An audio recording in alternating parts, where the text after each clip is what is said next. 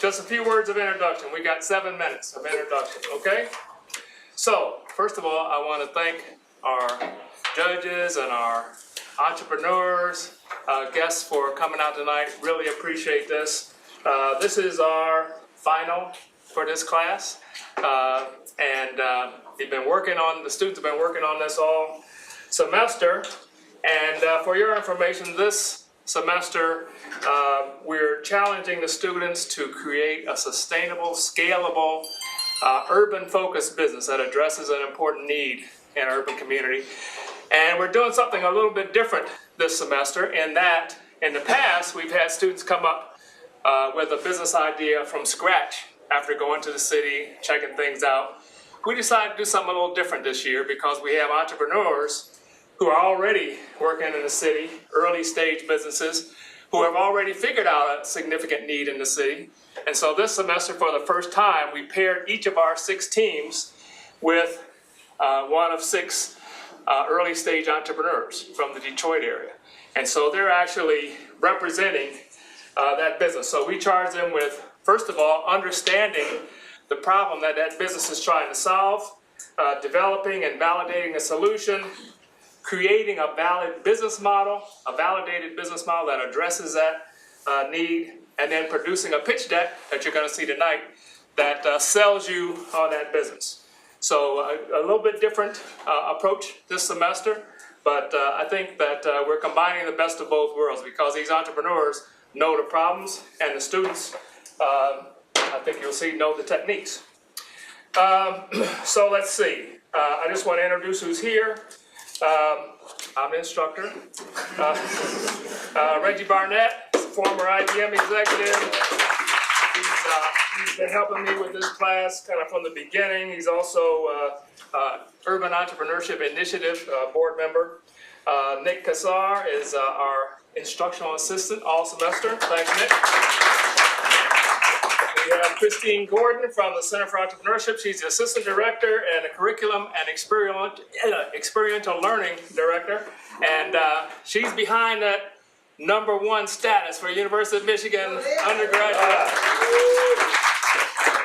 So designated by the Princeton Review just a couple weeks ago.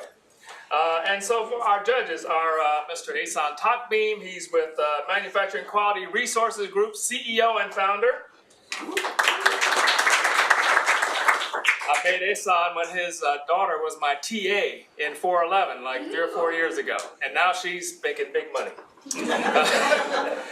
Justine Shu is the CEO and executive director of Enact Your Future, a quintessential urban-focused business operating in Detroit. And so Justine is here. And Mr. Lane Coleman is the CEO of Strike Group LLC, which is a nationwide logistics firm. He's the CEO and founder of that company. Some of our collaborating entrepreneurs are here tonight. Brandon Jackson from Ad Savvy.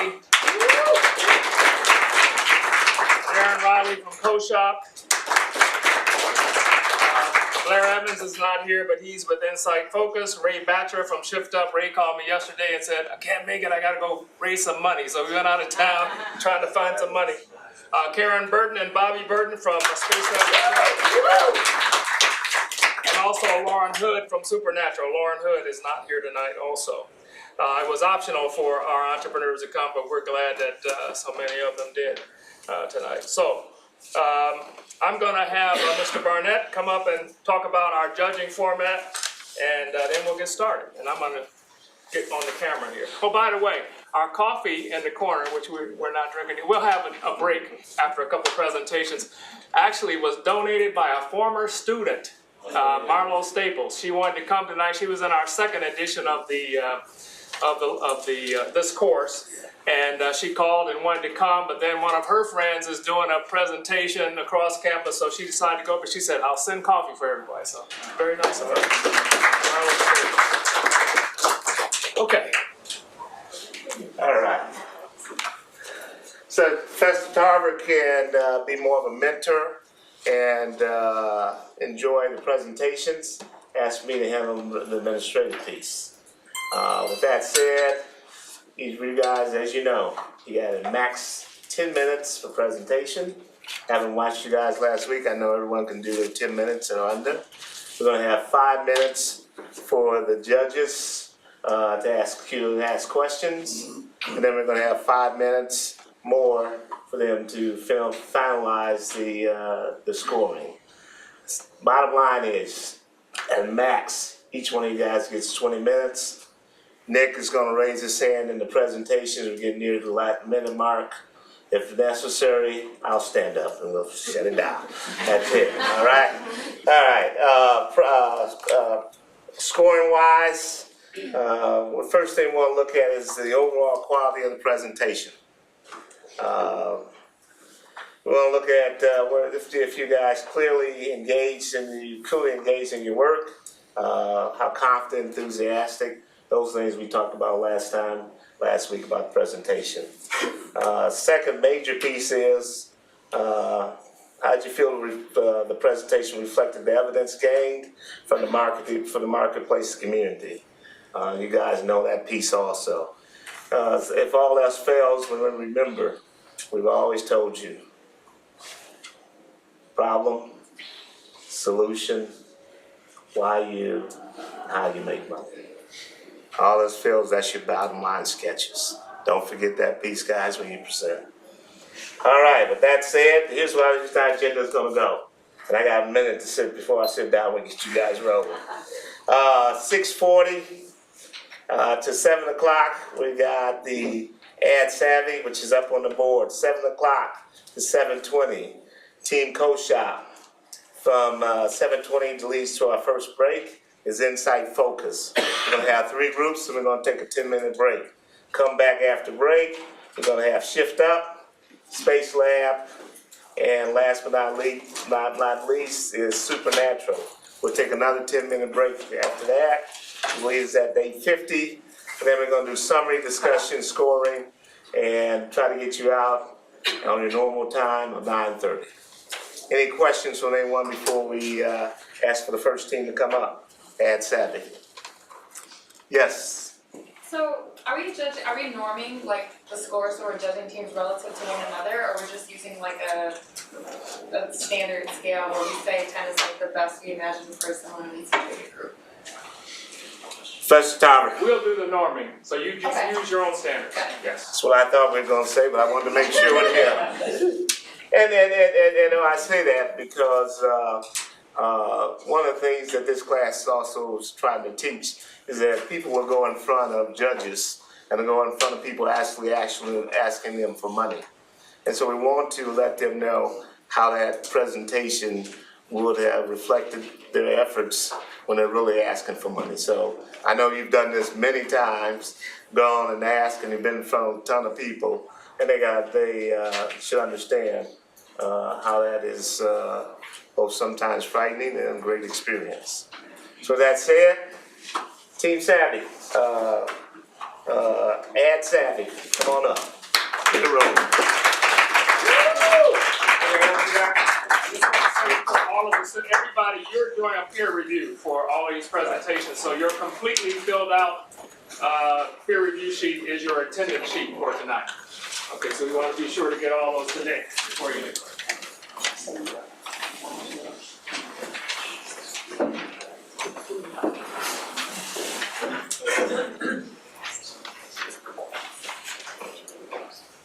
Woo!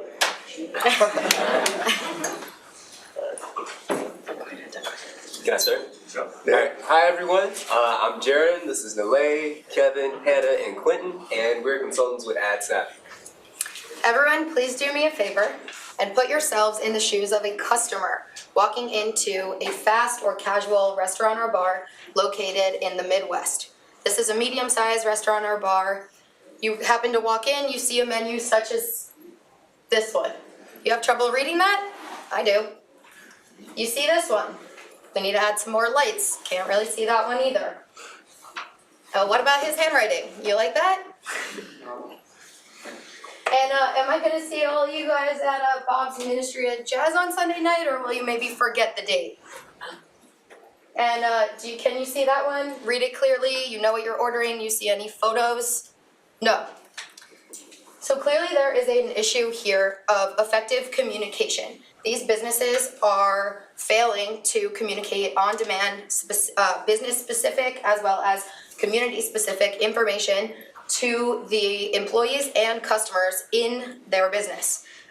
This information that they are failing to communicate influences the consumer's purchasing behavior, which in turn will affect their revenue and opportunities for revenue. Now, do me another favor. Put yourselves in the shoes of the owner of this business. Would you like to present your information like this? Or if I told you there was a more effective way to communicate, would you be interested? Digital signage is known to increase sales volumes up to 32%. We have statistics that prove that 52% of customers will recall your ad if they see it on a digital screen, and 70% of customers will not only recall, but they will actually purchase an item that they see on a digital screen. AdSavvy provides a service that not only installs these screens, but also manages and designs the content that you see on them, such as this ESPN screen, as well as another menu. These electronic bulletin boards can be changed at any time from anywhere, and AdSavvy provides a service that is individualized to our customers, so we will do what it is you want, when it is you want, if you do not want to do it for yourself. Take, for example, Rick's American Cafe. Many of you students know about Rick's. Rick's implemented our digital signage screens as well as our content management services and our content design services to advertise their vodka sodas. Once these vodka sodas were advertised, their sales of vodka sodas increased for 300%. So in order to be a viable company, AdSavvy needs on average 2 screens in 200 businesses. If this is achieved, our annual revenue would be over 1.7 million. With major costs around 1.1 million, this would leave us with annual profits of over 600,000. We can achieve these profits and individualize customer service because we partner with Intel and Samsung to purchase materials at wholesale prices. We also have an in-house graphic design team and sales team whose key activities are customer acquisition and content creation, as well as working with our client specialists to provide the highest form of customer service. We believe this is possible in Michigan specifically because of the total obtainable market. So, AdSavvy belongs in the digital signage industry, which has increased significantly in the past 5 years. Digital signage market is currently in a growth stage and is expected to be worth over $32 billion by the year 2023, with a compound annual growth rate of 7.4%. Specifically, hospitality has seen the largest increase in digital signage use, which is why we chose to target this segment. Our serviceable obtainable market is the 2,750 businesses located in Michigan, specifically casual, mid-sized restaurants and bars. Now, as Quentin mentioned, this is in the market that we're working in right now is in the growth phase, and we have some competitors out there. Our main competitors right now are digitalsignage.com, 4 Winds International, and Strata Cache. Digitalsignage.com is an online service where you can go in and you can make whatever you want. Whereas 4 Winds International and Strata Cache are non-localized international companies where they provide just the service that you need, but they do not provide any personalized solution. The major advantage that we have over all of them is that we are localized and we operate in the Midwest region, so we provide the best services that you can obtain in the local region, and we are instant. We help you out all the way from the beginning, from the installation of the screens to content design to content management. We operate in all of the fields and we help you in all of them. Now, another advantage that we have is that since we are localized, our services are immediate. You can tell us immediately what you want and we'll put it up there. Now, every company needs employees, obviously, and these are our 5 main employees right now. To for us to reach the 200 goal that he mentioned, we need at least 2 more graphic design team members and at least 2 more sales associates. And once we have them, we can operate at full efficiency. So I'm going to tell you a little bit about how we got here. When we first started working with AdSavvy had been exploring 11 different verticals that they wanted to get their screens out in. We took those 11 verticals and decided to do some customer discovery. So each one of us went out and talked to a few of those different verticals, including hair salons, auto dealerships, hotels and extended stays, as well as the school and bars and restaurants. In those conversations, what we learned is a lot of businesses have a problem efficiently and effectively communicating information. But when we broke down what would be the best for our business, we thought that going with bars and restaurants would be the easiest because, one, they're already seeing it start to be adopted in the bar and restaurant industry, and it's easiest for us to show them the benefits. They can see when we point to that Rick's example, an immediate change was made and they instantly saw an effect on their sales. So we went back and we did another round of customer discovery, and in the second round, we only spoke to bars and restaurants in the areas, and what we found is that finer dining restaurants aren't really looking to implement screens. They want more of an elegant experience, but we found that fast and casual restaurants and bars would be happy to implement the screens, and they do really see the need for it. So something we saw and we heard while we were at these bars and restaurants were things like this. They're constantly changing the menu. Handwriting and reprinting is time consuming and costly. Would definitely be effective and worth the investment. They would speed up the process, communicate easier, decrease their costs, and because of how bold they are, it would make their products way harder to miss. The paper vendors throw people off and seems to be more time consuming and confusing. So what we saw is that there is a problem here, there is a need here, and our solution solves that problem. Their faces lit up once we explained the screens to them, explained what it could do for them. They realized we had a solution to this problem and they wanted to implement it. So, going forward, what we need to do is, first of all, as Nelly had mentioned, we want to build out the team. In order for us to reach those 200 customers that we need to be functioning, what we want to do is bring on 2 more sales and marketing people and 2 more graphic designers. The sales and marketing are to help us reach that 200 customer base, and the graphic designers are to help service them to make sure we're giving them high quality service on demand as soon as they need it, whenever they need it. Next, what we want to do is start to partner with interior designers. This is so that we have 2 sales channels. It's not all coming from just our business development and sales and marketing team, but we can also have interior designers bringing us customers from the other end. That way it takes a little bit of the burden off the sales and marketing team, and we have a constant flow of customers from multiple directions. Another thing we're looking to explore is to maybe get into a new vertical. While we're yet to do the customer discovery, we're really interested about getting into the healthcare industry. And the reason for that is the healthcare industry has a massive need and can absolutely use these screens. The reason is people are constantly going to doctor's offices and having to sit there. They have long wait times. They don't know how long it's going to be. They don't know this kind of service they're going to get, and it gets tiring and tiring and tiring. And what we can offer them is a board that not only shows their wait times, but also could advertise, such as in the plastic surgery industry, could advertise a surgery that has a high profit margin, so it could both make it easier for people to go to the doctor. It's less stressful if you know when you're up, you know exactly when you're coming up, and the business can make more money because they can advertise their high margin surgeries and high margin products that they offer. So all of this is something that we really feel we could get into going into the healthcare industry. So we're AdSavvy and we help you control your message. Before we end, we want to thank our entrepreneur Brandon for providing the resources for this presentation. Thank you for your time.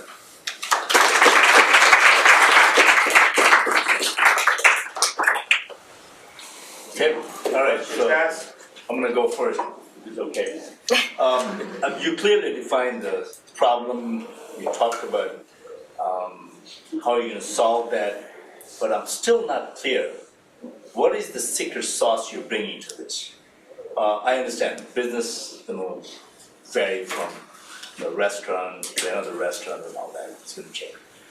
What is it that you're bringing in, and who is your competition that you like to do better than the current competition? So if you could expand that. Yeah, so our secret sauce is we really feel it's the relationship that we build with the customer. It's that we're a local company. When Rick's or someone in the area, they know that our headquarters is right down the street. We're there for them. We're there to service them. And it's not someone we're not outsourcing our work. They can call and talk to the graphic designer who's going to be managing their content. They can call and talk to Brandon or someone else on the team and have immediate care and know that they're going to be taken care of after they've decided to bring us on. We're not this huge behemoth that you might get someone and you'll be on hold for 30 minutes. You can call us, you can talk to us, and we're there to help you whenever you need it. Okay, so local solution. Yeah. Local staff, local help. Mm-hmm. Okay, got it. A couple of questions. First one, great presentation, by the way. Thank you. Who actually owns the hardware? So our screens, we purchase from, we have a partnership with Samsung, so we purchase them at wholesale price. And then we do the installation, the mount, the screen, all of that is totaled in the cost. So at the moment, we have someone who does all of the installation and everything. They deliver the products to the customers. But if the customer were to request to do it themselves,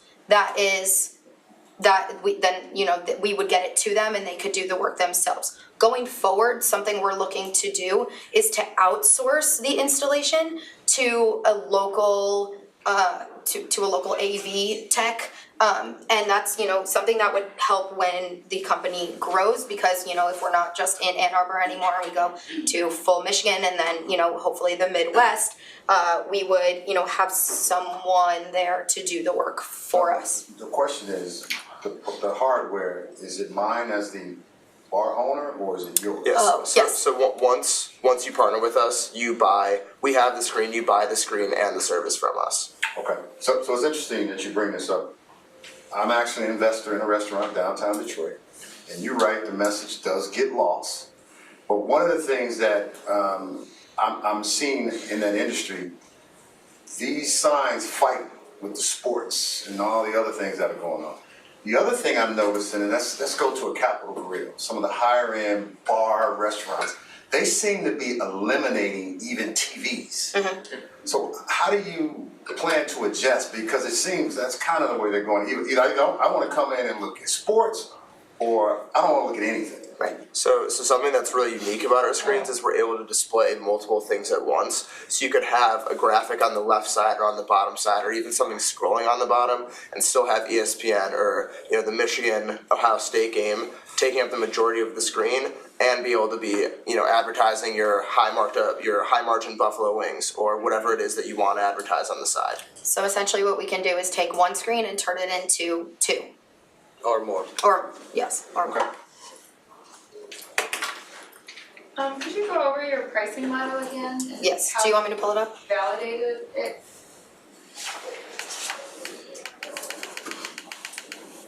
So unfortunately, we don't know what happened with the format. Yeah. It got a little confusing, but what I can show you is, so we have revenue coming in from the purchase of the screens.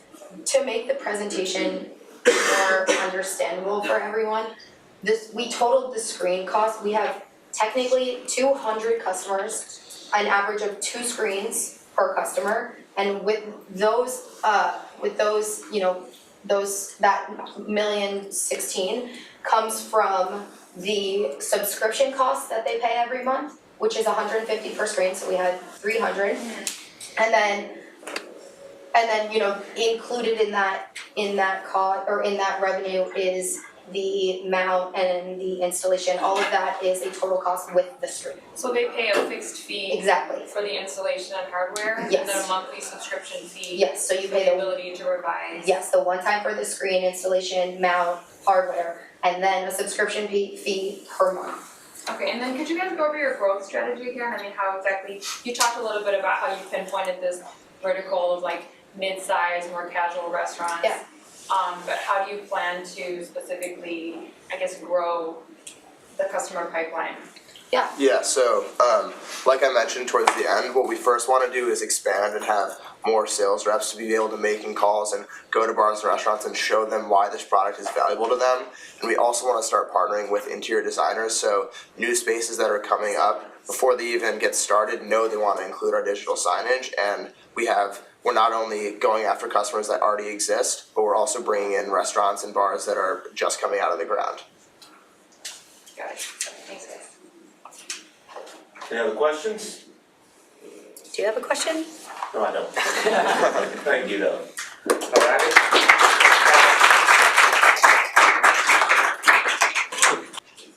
Ready? What's up, guys? I'm Parker. This is Kevin, Maddie, Matt, and Lincoln, and we are CoShop.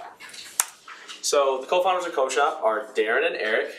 They're kind of the ones that founded the idea, started the business, and what the team really needs right now is a designer, a sales rep, and an inventory clerk. So what is the problem? Local businesses are missing on opportunities to gain revenue and promote their brand. If this goes unsolved, businesses are more likely to go under, and they won't be able to create as much brand loyalty and customer loyalty. A big example of this is Brown Jug. Brown Jug has a lot of open space in their restaurant. They really aren't utilizing their space very well, and we think we could put a co-shop unit in there to kind of have t-shirts, cups, mugs in their restaurant itself that students could buy, alumni could buy when they come into town. Another example of this is Blue Tractor. They already actually have merchandise, but as you can see on this picture to the right, it's taking up a lot of space in their store. They have to do all the work by themselves, and it's just kind of in the way of everything. So CoShop wants to try to fix that, and Kevin's going to tell you how. CoShop found a pretty simple solution to this problem. So what CoShop is going to do is attack the local bars and restaurants in various different communities, and they're going to team up with the design team for CoShop, and they're going to work with the design team to create a customized product, whether it be a t-shirt, a hat, a mug, you name it, and then they're going to be placed into the bar or restaurant in a CoShop unit, and it's going to have a lot of similarities to vending machines. It's going to take up, about 2 by 2 feet of space, and then you're going to pay right there, but instead of swiping a credit card or putting in cash and then having to carry the product with you when you're walking through town or whatever, you're going to grab your phone, take a picture of the barcode. The barcode is then going to take you directly to the CoShop website, where you can then privately enter all of your information and order it, and then it'll get shipped directly to your house. By doing so, you're going to have a couple of products that Parker was talking about, with having new sources of revenue come in for the physical bar or restaurant, and as well as you're getting free advertising out of it. So when looking at our business model, some of the key activities that CoShop will be a part of is shipping and handling the merchandise. So this is kind of one of our competitive strategies, is we're taking away a lot of the tasks that the host company would have to do. So we now handle all the shipping and merchandise of the restock, as well as all the finances. So that leaves the restaurant or the bar time to kind of have their employees work on other things, less energy and less money towards those resources. So some of the key activities will be shipping, making and keeping those valued relationships with our customers, as well as restocking the CoShop unit and designing the merchandise with the venue. So that's another kind of key aspect of CoShop, is that they're able to design their merchandise, really have it represent their brand and represent who they are, so that customers who purchase this merchandise can wear around a brand that they really like and kind of bring that home with them. One of the key resources that we're going to have is that space within the host venue. So that space is going to be taken up with the CoShop, as well as the merchandise that is on those CoShops. And then the customers that we're targeting are iconic or landmark urban stores. So these are really places that have a message or a story to tell, and that customers would be able to have this merchandise and wear it, represent their brand, as well as increase customer loyalty for the venue. CoShop is a very innovative product. For one, the store owners no longer have to deal with any of the inventory at all. So when they're matched up with CoShop, then the supply team is going to keep track and order and house all the inventory needed. And there's just going to be one t-shirt in the CoShop unit, and you order it that way. And it is safe and secure because you don't have to enter your information publicly. You can take a picture of it, of the barcode, with a picture on your camera, and then it takes you straight to the website, so you can actually save it for later too if you want to order it later. And also, it's just free advertising, because once you get t-shirts out in the streets, then people are just going to see it, and it's free advertising for your company. And in terms of scalability, Co-shop intends on starting in Detroit. We think Detroit's a very good community to start with that. There's obviously a lot of Detroit pride. You can see Detroit made. It's everywhere. There's a lot of pride in the city. And then from there, we want to expand out and work our way throughout the state of Michigan, Midwest, and eventually nationally. And we see this being extremely feasible because this can work in essentially any bar or restaurant that doesn't sell merchandise. So the biggest question when it comes to a new business is how does it make money? So based on our current scheme, we think that Co-shop will be able to make about $2,000 in gross sales per month based on $20 per item, selling about 100 items per unit per month. Of that $2,000, $1,000 will go into the cost of goods sold. So that leaves about $1,000 left per month. 50% of that will then go to the stores itself that actually house the Co-shop unit, and the other 50 will go into Co-shop's back into revenue. And of that 500 we have left, 350 will go to the Co-shop unit itself as well as the employees. So overall, the profit will be about $150 per unit per month. And we plan on starting with just one unit to see and kind of test those percentages because we don't really have a very big grasp in it right now.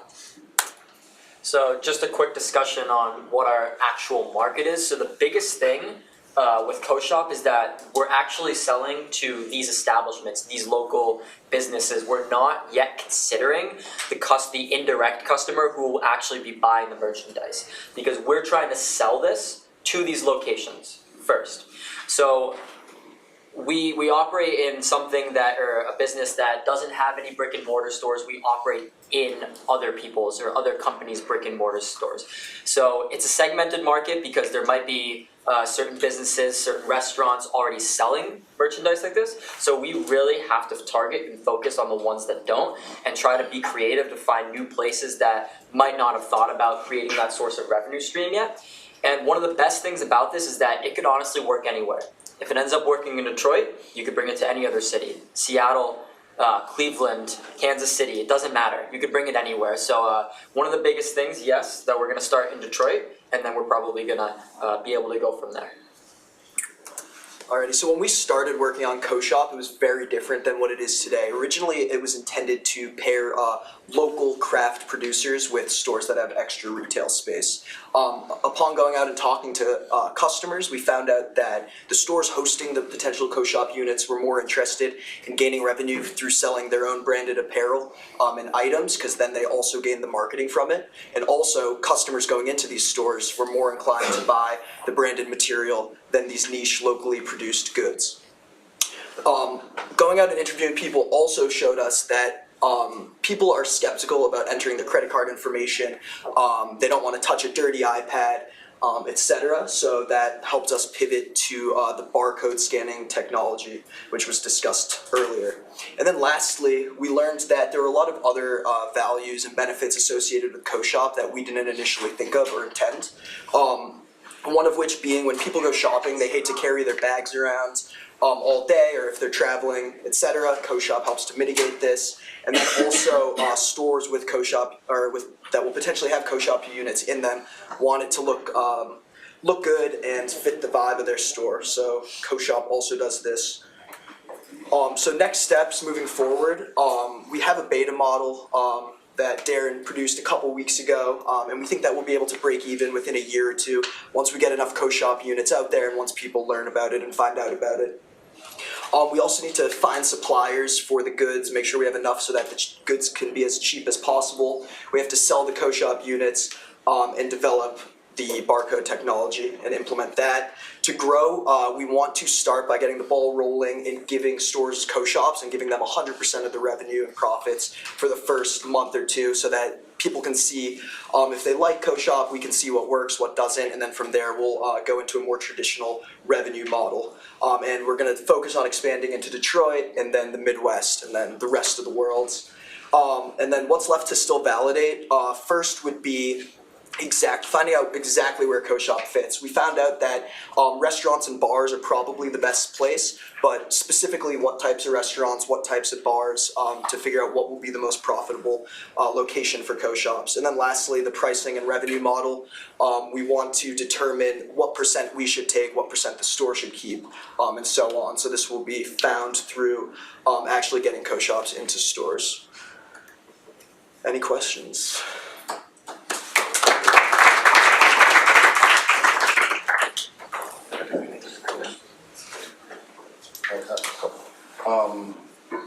First question is, I'm assuming this is a new startup, correct? Correct. Yes. Do you have any idea what the initial startup costs? I see the app and some other things that are involved there that you've already invested in the business. So the website is up and running right now, and the barcode technology hasn't been implemented yet, but it already exists. I had a class where I had to take a picture to go to a website and sign in for class. So that already exists, and then the current model that Darren has right now does incorporate a few other things that that our unit does not, and ours is actually going to end up being significantly cheaper. One observation, as I said, I'm currently a partner in a bar. I'm struggling with this kiosk, or whatever you want to call it. Like in our place, I don't even know where you would put that. Mm-hmm. So you probably need to figure out some other form. I don't know if you can hang them on the wall, but there's no way we would have room in our restaurant, or would they even put something like that? So you need to figure out some place to advertise the products. I like the fact that I don't have to inventory the t-shirts. I don't have to worry about selling them, but I need to be able to walk through, take a picture, and keep it moving. But I think that space and that kiosk is just a little bulky. That's just my opinion. All right. Yep.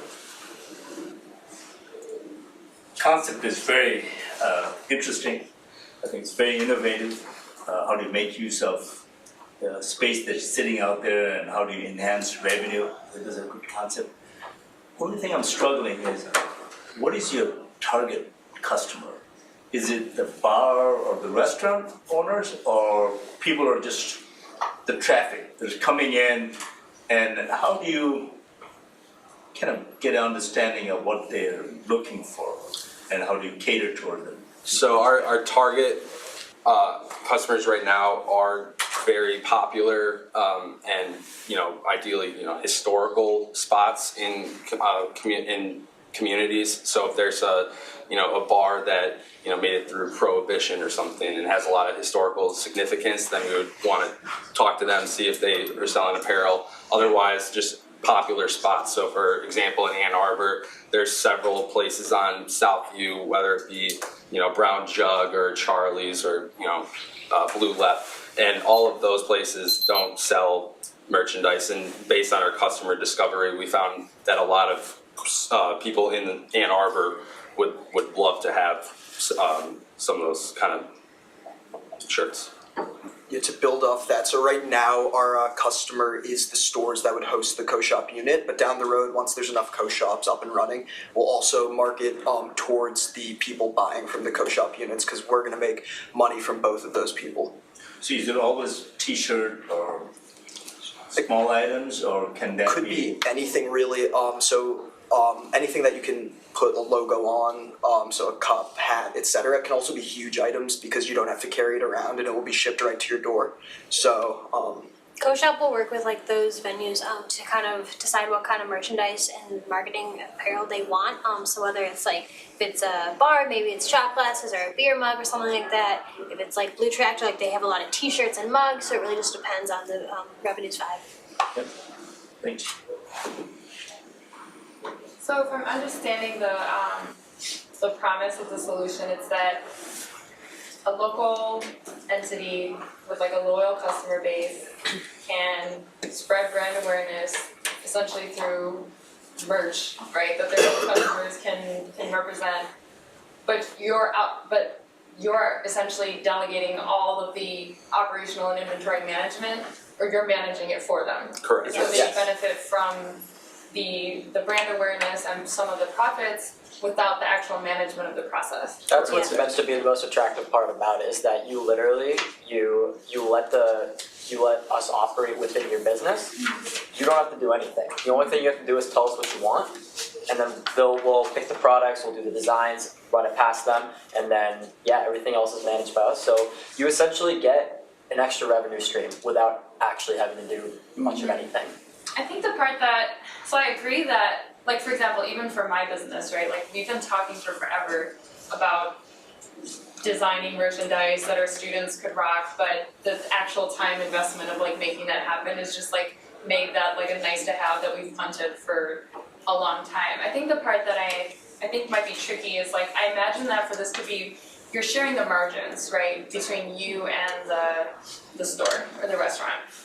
So in order for that for this to be scalable and sufficiently profitable for co-shop, I imagine like with physical merchandise, there's some type of economy of scale where you have to sell enough of a physical item for the production cost to be low enough. Correct. And, Yes. and it's like if you from a strategy standpoint, if you end up with too many disparate entities that you're selling to who are buying whose customers are buying a small-ish portion of the products, then every single one of those different products represents a different thing you then have to produce, which entails its own set of costs, and you can't benefit as much from the economy of scale where you have a couple customers who are buying a lot of merchandise and you can.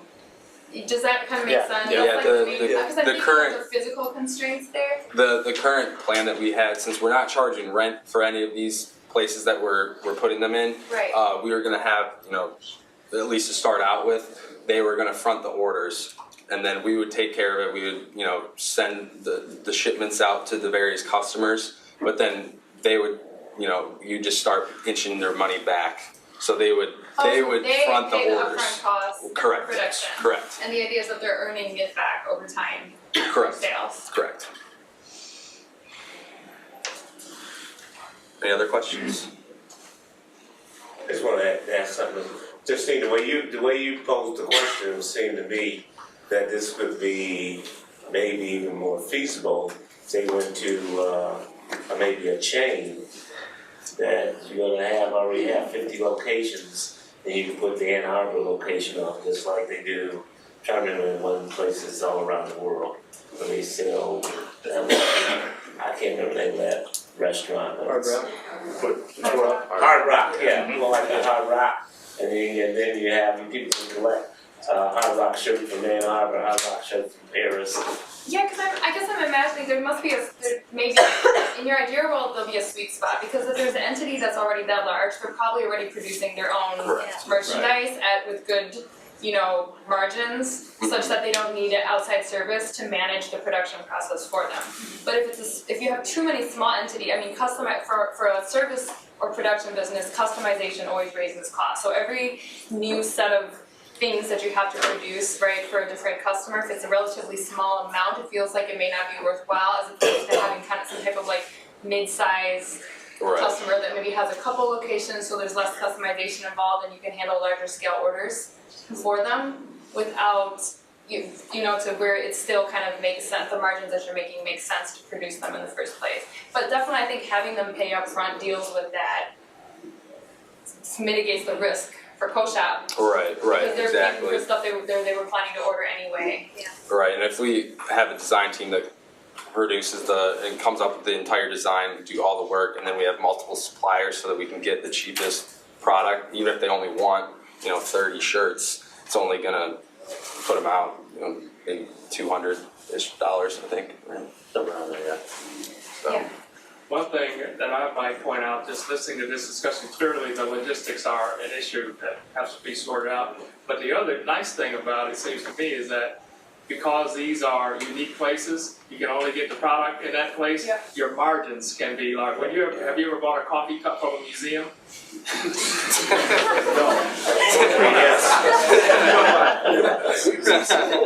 All right. Thank you. Any other questions? Alright, I'm Morgan, My name's Ice. I'm Colin. I'm Henry. And I'm Jake. and this semester we've been working with Insight Focus to identify pain points in the community, specifically the Detroit area, and to find the solutions that will be perfect for them. So, the communities that we found problems in, designers, up-and-coming designers, they didn't have a way to get their designs and their innovation out there, especially if they're new in the industry, think coming out of college, or maybe they're switching their career goals and they're getting more into the design field. It's hard in the beginning to show those designs to the world. Fab Labs, so makers want another revenue stream. Like, who doesn't want another revenue stream? Pretty much everyone. So this way, there's a ton of people who are in the maker community, and there's a lot of room for growth there. So we see this as a big point where people can get some extra money. And consumers, we found a lot of people really want to support Detroit and locally made products and designs from local people. So we thought consumers, and we found that consumers, when we were interviewing them, really went for this kind of idea and these kind of solutions. So what does our solution look like? Well, it looks like an online marketplace, but this isn't your average Amazon. We do something a little bit different. We look to the community. Detroit is full of really passionate designers with great ideas. The problem is they have trouble getting those designs made. What we do is we go talk to them, we get them to give us our designs through a competition that we run. We take those designs, and we ask the community what they think. The community provides feedback, they vote on the designs, and based on that feedback, we know that there's a good product market fit and a good demand for the product before we add a single product to the marketplace. As we scale this, we run more competitions, we get more designs, we're going to have more demand. To meet that demand, we enlist Fab Labs. Fab Labs have additional maker resources that can help increase supply while the demand increases. So when it comes down to it, we have 3 primary customer segments. For someone like Sarah, you're a designer. You have a lot of good ideas, but it's hard to get those ideas made, and it's hard to get your name out there. Through Insight Focus, you get royalties for all the designs that are sold on the website. You also get your name out there because you're advertised through all the products you sell through our website. If you're a maker, there's someone like Dana. She works at All Hands Active right here in Arbor, which is a makerspace that has a lot of passionate people that want to do making as a full-time job, but there's just not enough money in it for them right now because you have to market all yourself. Through Insight Focus, we market for you, and you get to do what you love, make products, while also getting an additional revenue stream.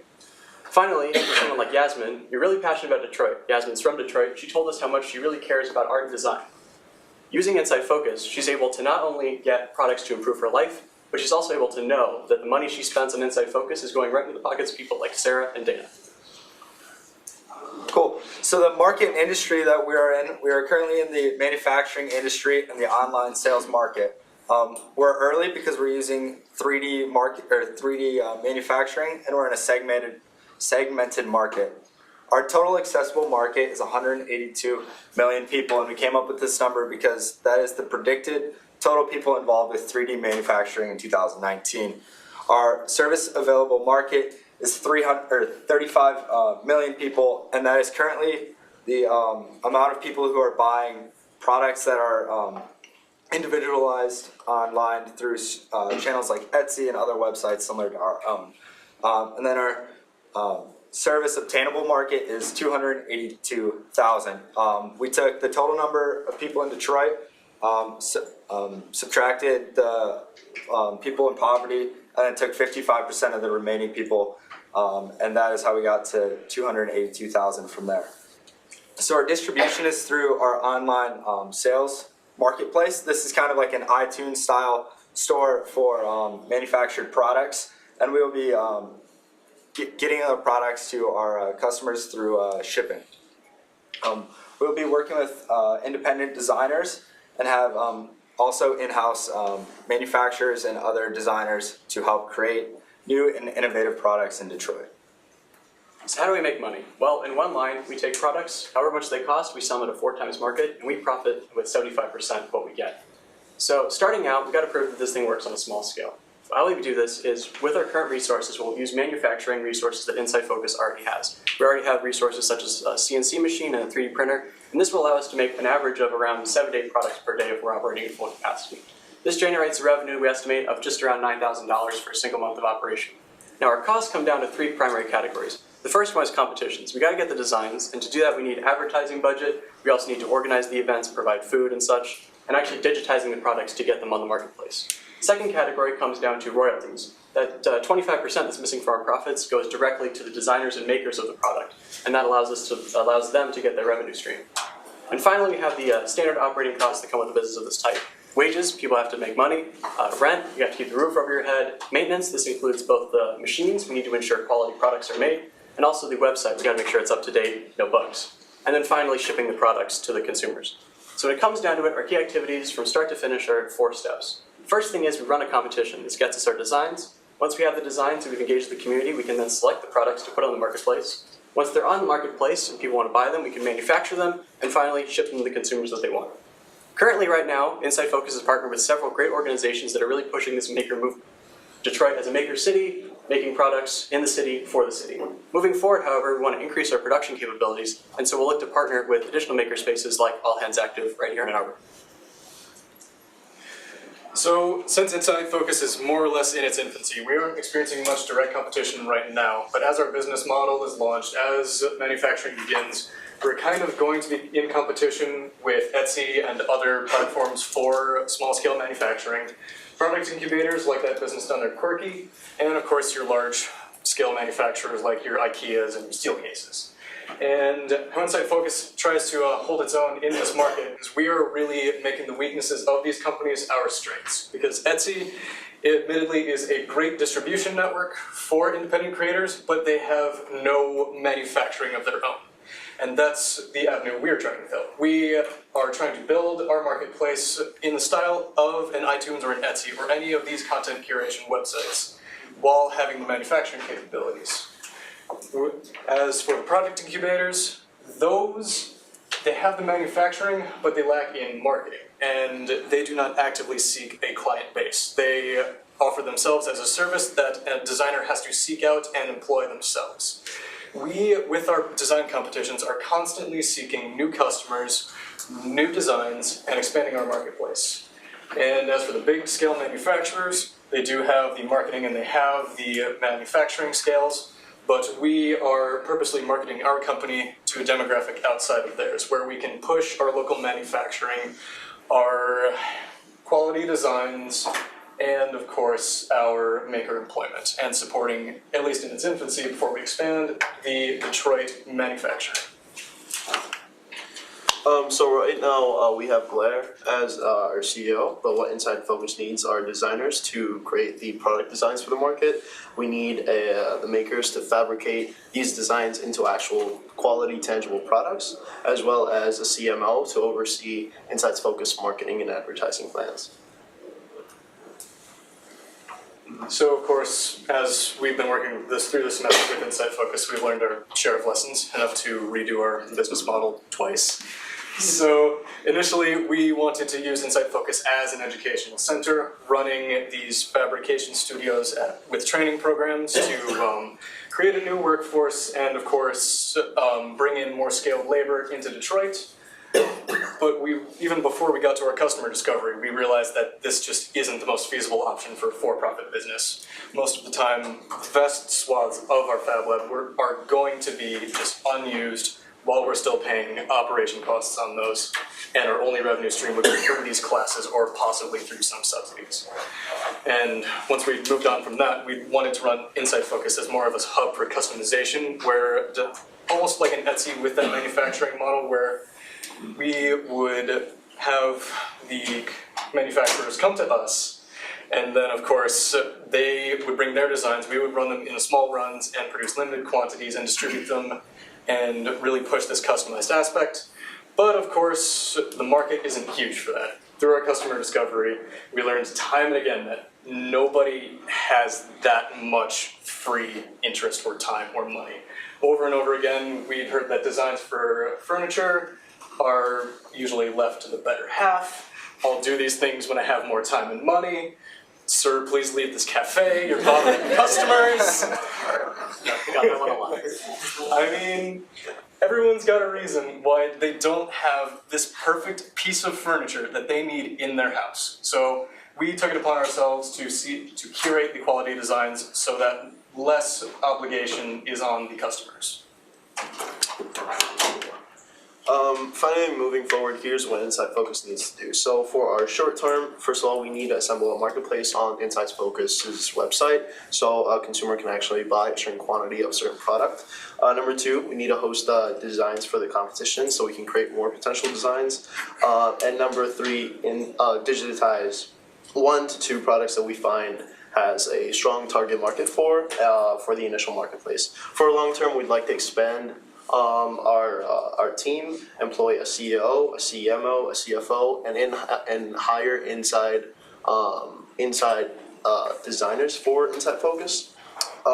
We'd like to write up an official, expandable, quality manual for all Fab Labs internationally, as well as expand our manufacturing operations internationally. Finally, we'd like to fabricate a 5-year marketing plan that focuses on branding Insight Focus as a company of manufacturing internationally. We're our consulting for Insight Focus. We're open to questions.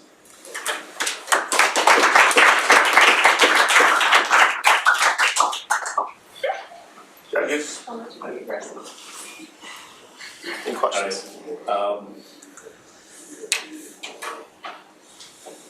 It's a lot to take in. Well, this I can see a complete opposite, right? You have a designer, you have a manufacturer, you have a marketer. This is real life. Yeah, it's a lot, That's what happened, right? And obviously, just try to get your arms around it, and try to bring all into one house and maximize your profit. And I see your profit 4 times. I like it, by the way. That's excellent if you can do that. But can you go back to your financial numbers? Our financial numbers? Yeah, there's something about, you said you have 4 times markup, but when I see your cost, which is $7,700, and then your revenue is not according to that, unless I missed something here. Yeah, so I should have been more clear with my definition of profit. Basically, if you're imagining we sell a product for like, let's say $20, or sorry, we make it for $20, that's the cost that goes into it. We sell it for $80. So $60 comes back to us, right? So then we take 75% of that, so $15 would go to the maker, or the designer in this case. And so basically what I looked at is like the total revenue, and then consider that as part of the cost. So we take that out of it. So that's how I sort of get those numbers. I should have been more clear when I came to it. I get it. I mean, this, if you can do it, and yes, there is value for it. So my next question is, let's say, I know you said that in your last slide, you're trying to focus on which area you want to design or where you manufacture. So who's your customer? Mainly design? Is it clothing, garments, or? Right. So we're aiming sort of as a long-term goal to be more of the marketplace. So we curate designs. The focus of this is that we don't decide ourselves what designs get on there. We ask the community what they want. So to ensure product market fit, we actually ask the people who would be buying the designs, hey, do you like this, before we even add it to the marketplace. That means that everything on there, we already know there's a demand for. Okay. So that's how we ensure that we're selling good product. And I can see you're formalizing this all, what do you call, extended enterprise. Yeah. It's already out there, but not formally connected. Right. So all of these exist in large quantities, particularly in Detroit. They're just not connected in one cohesive way right now. Yep. And that's what we aim to do. Got it. Okay, good. Any other questions? You mentioned, I think the company was Etsy. Etsy. One of your competitors. Just from my experience dealing with that company, because at some point I was trying to put together some type of cufflinks or something. I only buy 20 of them to give out. Customer service and returns was kind of difficult. I mean, what I love about Amazon, I know I get it, I don't like it, I don't touch it, I put it right in the box and send it back. Yeah. How do you guys handle that part of it? Because that's what made me uncomfortable about that site. It was a pain to get somebody to talk to me about it. Yeah, well actually in that regard we'd be running it more like an Amazon. Etsy is kind of powered by its users. They handle their own marketplace. They're just using the Etsy umbrella as a platform to reach more people. With us incorporating the designs and the manufacturing into us, we handle the customer service. We take the designs from the designer and we curate them. So that's on us as the company, not on the designer, like it would be with Etsy. Also, because we handle all the maintenance as well as the material costs, especially starting out, we can ensure quality because we know what's going into it and we know the tools that are making it. Okay, thank you. Any other questions? All right, thank you. Questions?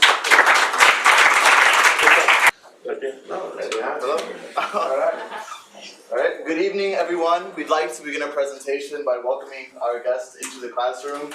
We thank you for being here and extending our gratitude to Professor Tarver for inviting them and for this semester. Thank you to to the teaching team. We really appreciate, and we've grown throughout the semester.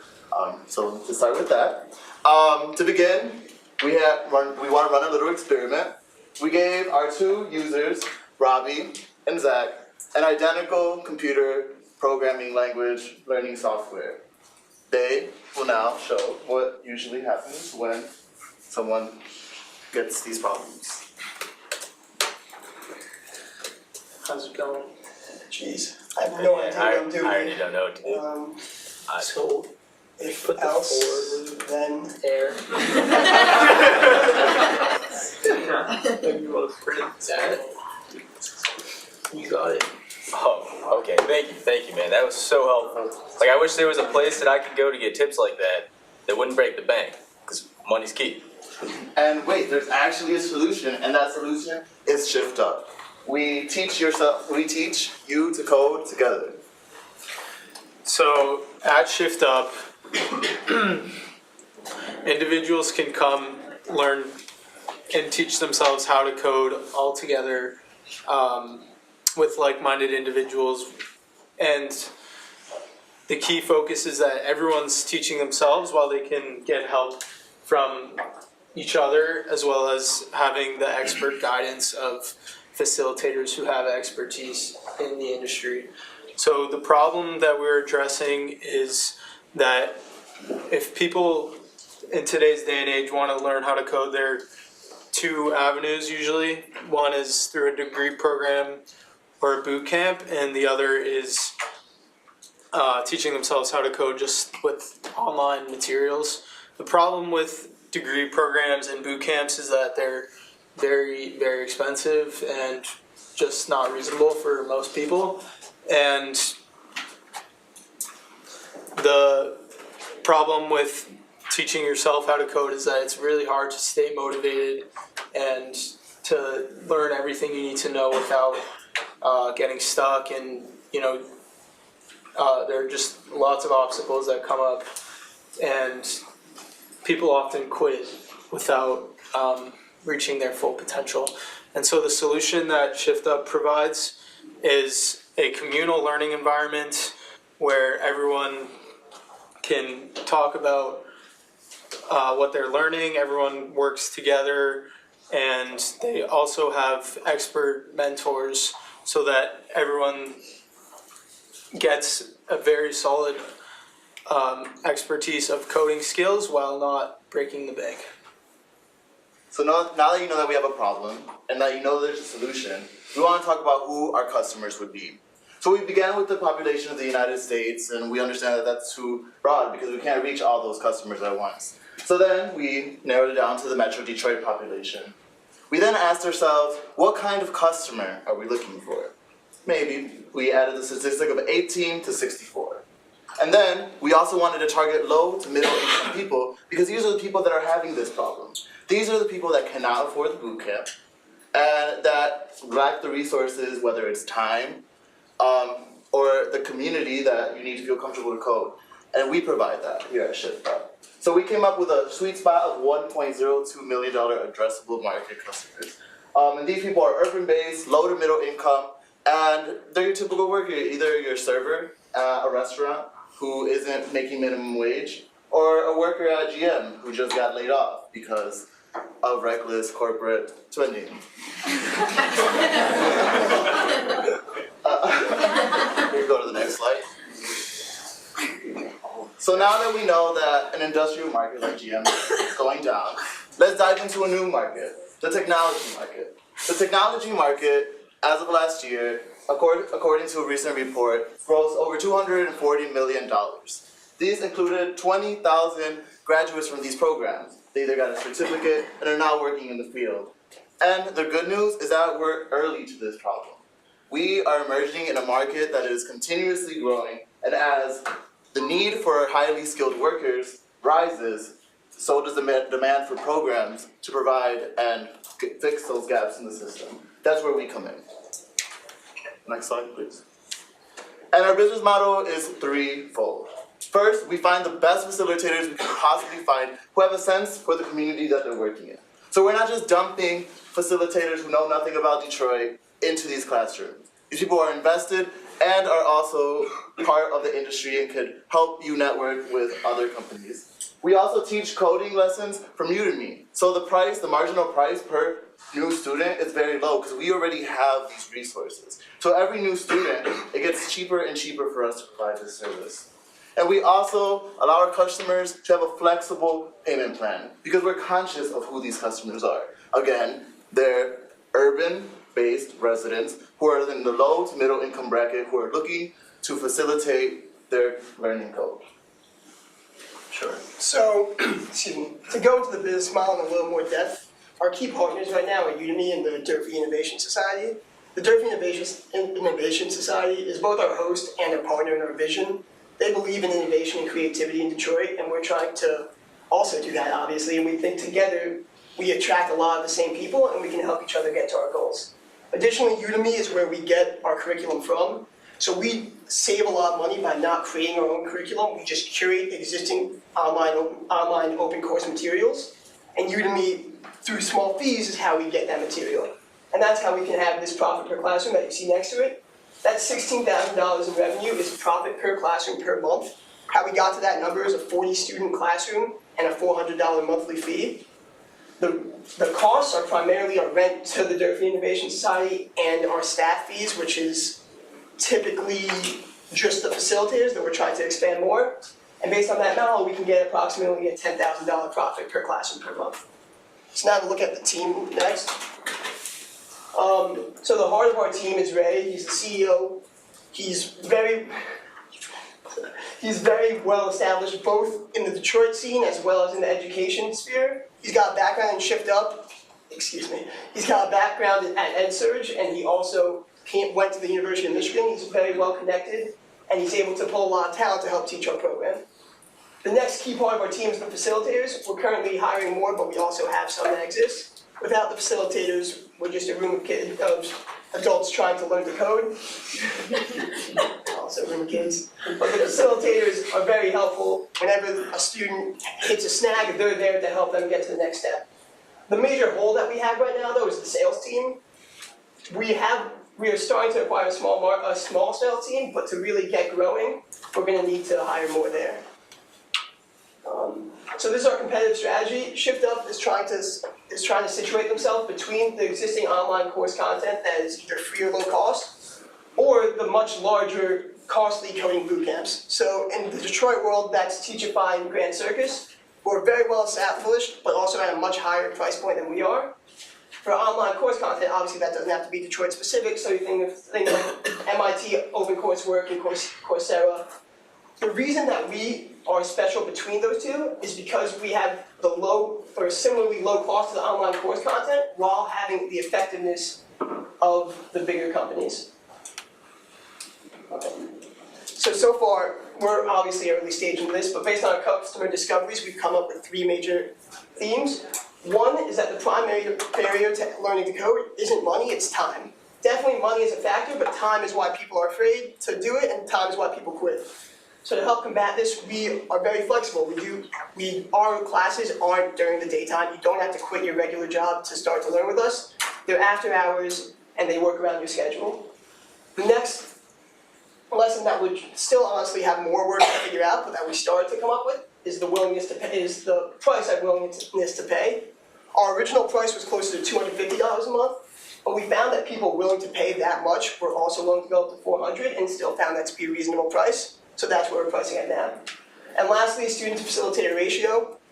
Our clients don't want to be one of 40 students with 1 teacher in the room. They don't think that that's enough. They think the sweet spot is somewhere between 6 and 10 facilitators in the room. So for our 40-person classroom, that's going to be somewhere between 4 to 6 teachers, which we still think is very manageable to keep costs down and profits high. So where we're going to go from here, our next steps, our primary focus right now is to get to our minimum viable product. So we only have 26 students in our classroom right now. To prove our business plan, we need that to be 40. We don't think that's unreasonable at all. We are purely marketing based on word of mouth right now. With either a sales team or just a small Facebook advertising push, we think that we can get to that 40 number. And then we'll have a lot more to be able to predict moving forward. Our second step is to do further customer discovery interviews. Because even though we think that we are starting to understand the market, we know that there's a ton more to be learned from our clients, and we want to get there. That's all we have for you. Thank you for your time. We're happy to take questions. So how do you when you graduate, what happens? Sure. And what kind of language do you, the program could be many, right? So do you focus on any particular language?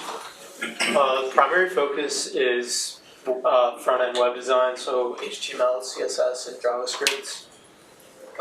And when students graduate, we try to find them jobs in the industry, usually in Michigan, because that's where most of our facilitators are and where they are connected.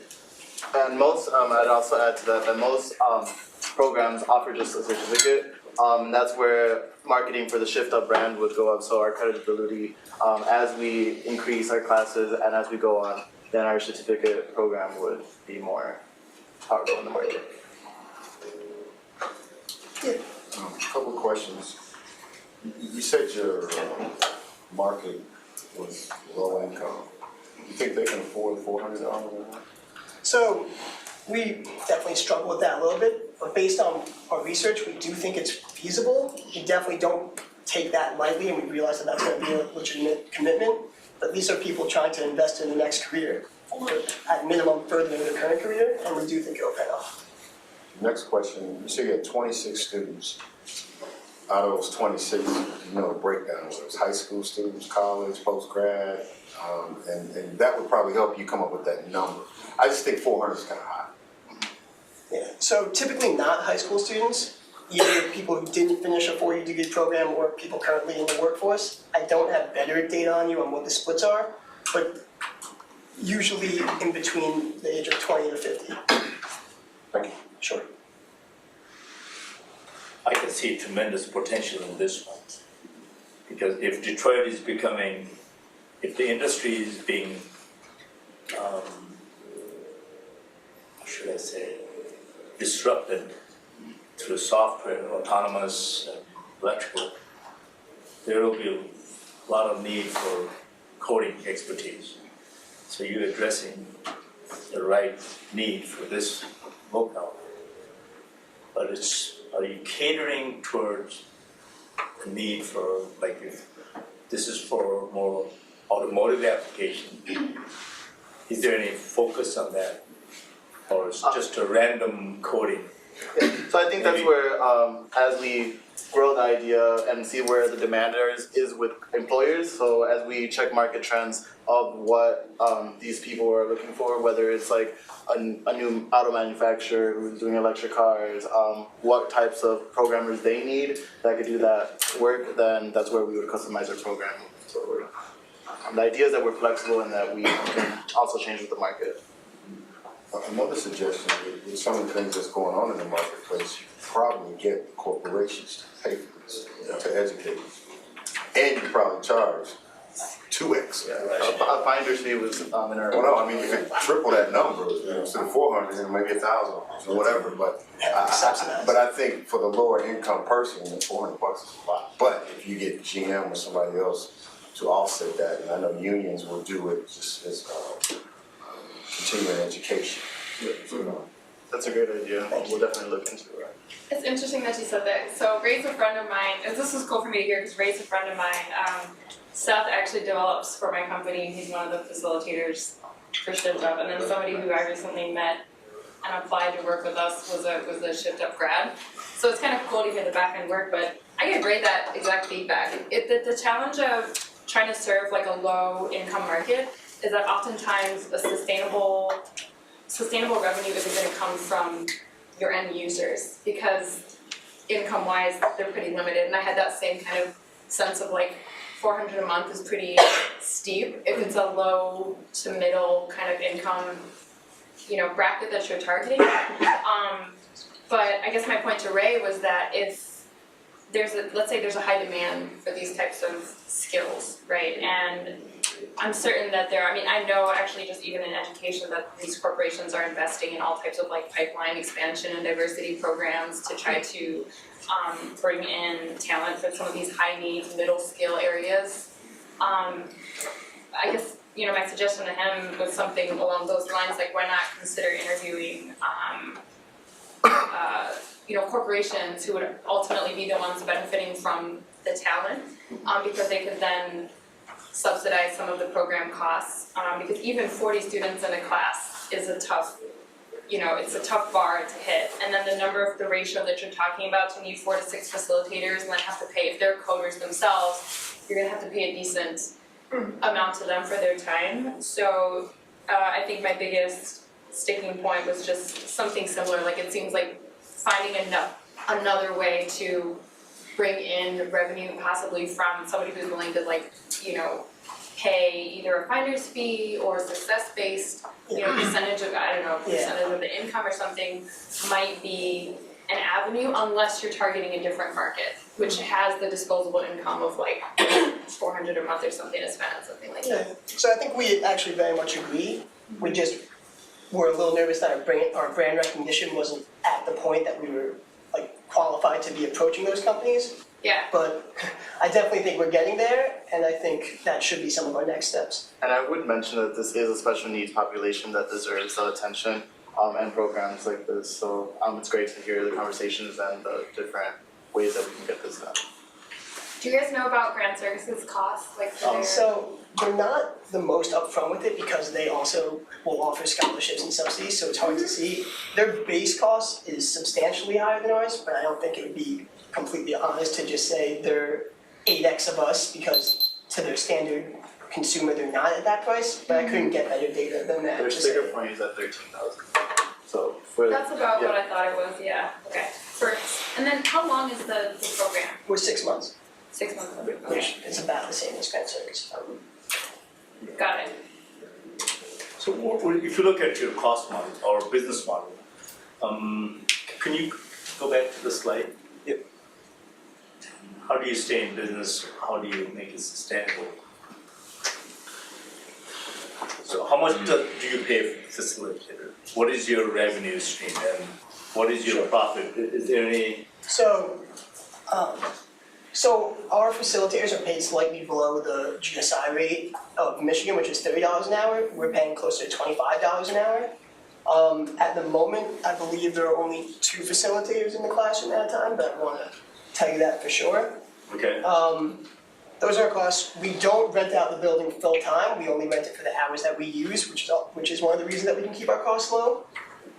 And our revenue, obviously we talked about the other potential revenue sources, but our revenues at the moment are just purely the monthly fees. Okay, so let's say if you have 400 students. Sure.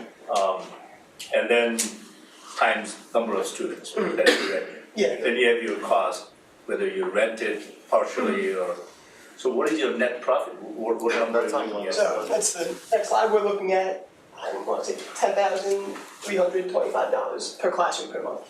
So there's a huge, big gap there. So 10 grand or what's the number? 16,000 and 6,000. That's your ratio. So you're looking at 40% to 60% of your profit. That's contingent on you getting 40 kids, right? Yeah, this is not accurate. That's fine. I mean, sure. That itself is a business case. I mean. But that's gross profit. Yeah, gross. Yeah, we'll do all. Before Ray makes any money. Yeah, and taxes and all that, cost of capital. Not too many businesses. I would sign up for 60%. Gross margin. Right? Those costs pretty much stay the same. Yeah. Yeah, we actually think that once we have multiple classrooms going at the same time, the cost per classroom will go down a little bit. Yeah. I think the other challenge here is just coming up with a scalable, repeatable way to source students for the programs. Because word of mouth, will, even for my company, so we're a service-based company, word of mouth got us in our first year or two worth of business, but if you're looking to scale this thing and be able to run multiple classrooms simultaneously, then there's got to be some type of strategy there in terms of outreach to target more of the desired students, I think. Sure. All right, we got a shy timekeeper back.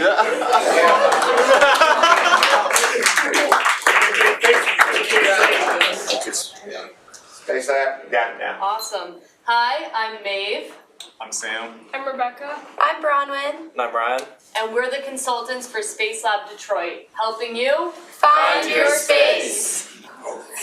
So, according to Metro Detroit, construction is growing at the 7th fastest rate in Detroit out of more than 300 US cities surveyed. Simultaneously, Architectural Record has remarked on the growing trend of architects moving from the Detroit suburbs back into the city during this period of revitalization. Small businesses in the built environment need a way to boost productivity and have a place to work outside of the coffee shop or their home.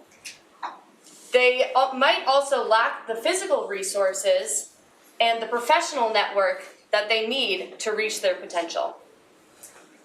Next slide. Awesome. Our solution is a co-working space specific to the built environment industry.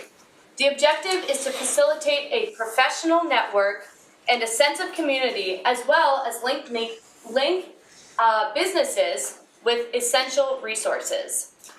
Space Lab has options for private offices, dedicated offices, or shared workspaces that businesses can choose between to decide what membership package is best for them. So Space Lab is located in the co-working industry. We identified several powerful forces in the market, including high buyer power, supplier power, substitutes, and potential entrants. One low market force that we identified was competitors.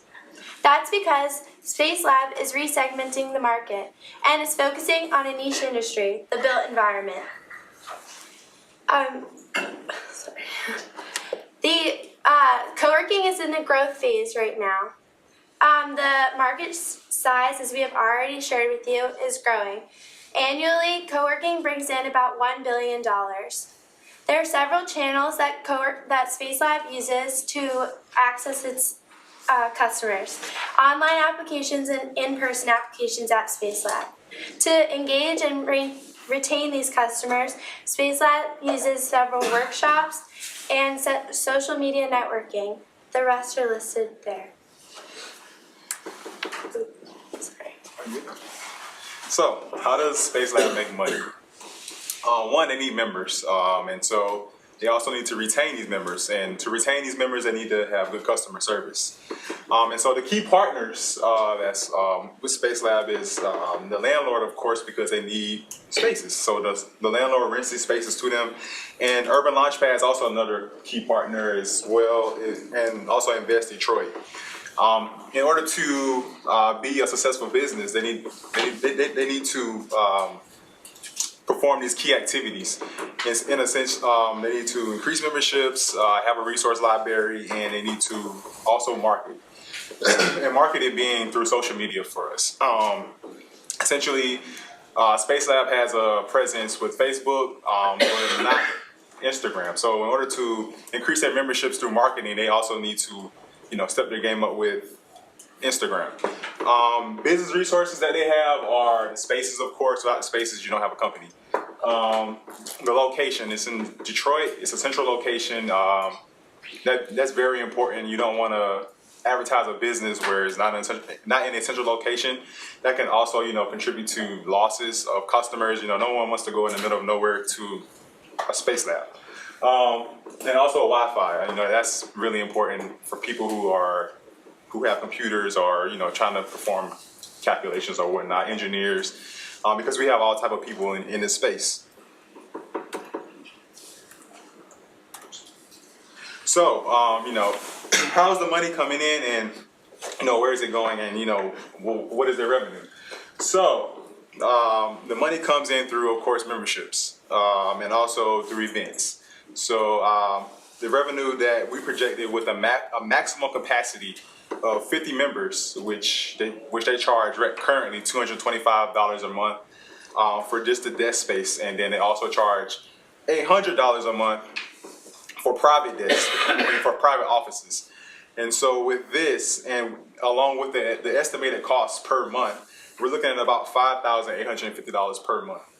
And as you can see, the estimated costs are the office lease, the payroll, advertising, food events, internet, and other amenities. And through the revenue, we also added in the event and pop-up retail to be $3,000 per month. This is not something that Space Lab has currently, and this is something that we came up with. So looking at the competitive landscape for Space Lab, we have direct competitors such as WeWork, Bamboo Detroit, and Green Garage. WeWork is pretty widely known and they have a global presence. Bamboo Detroit is helping small businesses and entrepreneurs kind of get off their feet. And then Green Garage is a co-working space that incorporates sustainability and environmentally friendly practices into what they do. And then we also have indirect competitors, such as what was mentioned earlier by maybe working at a coffee shop or simply just working from home.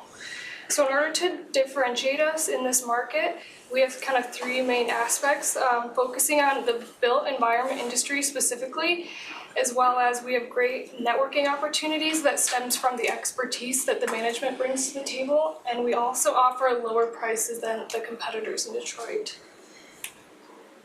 So taking a closer look at the team, we have the CEO, co-founder, and community manager, Karen Burton.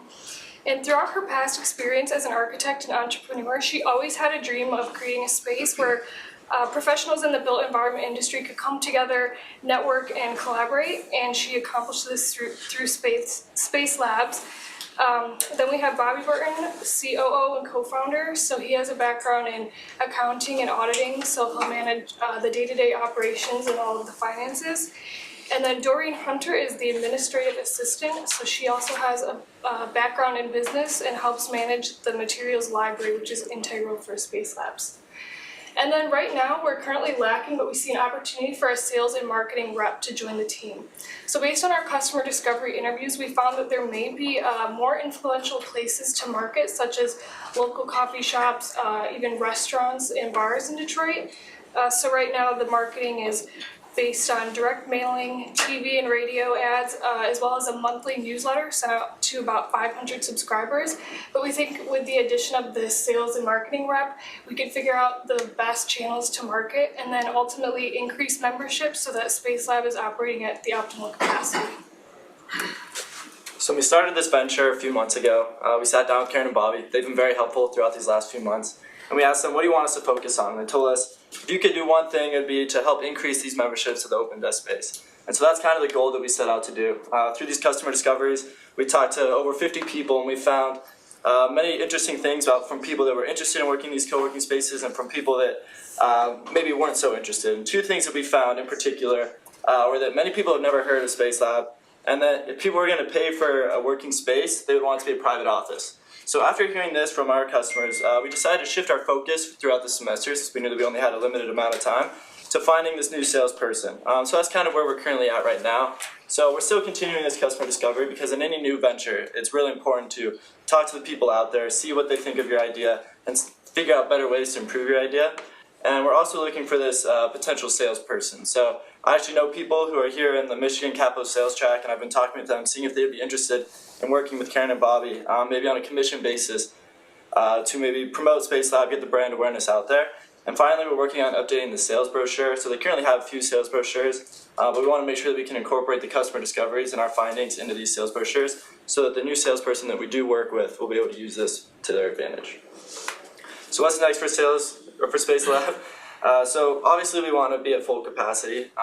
So right now that would fit about 64 people, but one of the beautiful things about Space Lab's models, it's more of a gym membership rather than just filling the space, because we see that people aren't coming in every day necessarily to use the office space. And so we feel that we can actually expand more than just the 64 customers that are paying per month. And then one of the more long-term goals that we have is to get this out to the United States. And so we have actually identified 5 major cities such as New York, Atlanta, Los Angeles, Chicago, and Denver. And these are cities where we found that there was a fast-built environment and growing co-working community. And so next we have a growth plan. So obviously we mentioned that we want to hire the salesperson. This will help sort of expand the Space Lab name. And we want to focus more on these private office spaces. We found that if people are going to pay for this, they want to have more of the private office space. And we know that Space Lab is currently expanding right now. And so we want to emphasize that in our new expansions. And so we also want to experiment with a few new business models that I'll touch on the next slide. And finally, some remaining issues for validation that we want to make sure are included in our next steps here.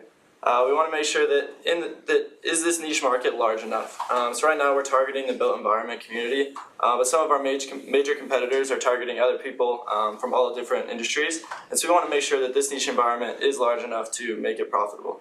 And we also want to find the most competitive pricing. So this is something that we haven't had enough time to work with Karen and Bobby throughout this semester, but we really hope to moving forward. And so finally we identified 2 potential growth areas. This is more of a long-term goal, but it's Space Lab Mobile and Space Lab Rent. These are 2 just working titles. We know that the names aren't the best. But the first idea, Space Lab Mobile, is the first ever mobile co-working space. So this truck, you can see, it's a great way to brand Space Lab's name. You can get it out there. You can bring it to different conventions throughout the Detroit area. And it's a place where people can go before, after, or even during the conventions, and they can just have a place to get some Wi-Fi, get some coffee, and maybe network with some of their peers. And then the next idea is more of an office Airbnb type.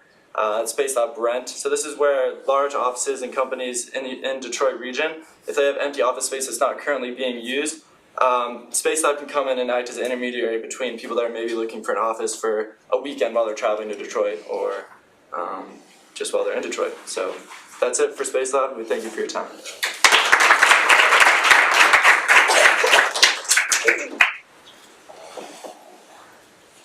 Questions, judges? I've got 2. The first one, explain to me what the built environment is. I kind of missed that in the presentation. Yeah, so the built environment is going to be architects, developers, construction, engineers, that niche market. And the other, maybe question on this point, I saw the markets you wanted to expand in. And first of all, Detroit rents are going through the roof because we're involved downtown, I know that. And you have Chicago, New York, LA. How are you going to control your costs, trying to, in addition to try to keep that number competitive as well?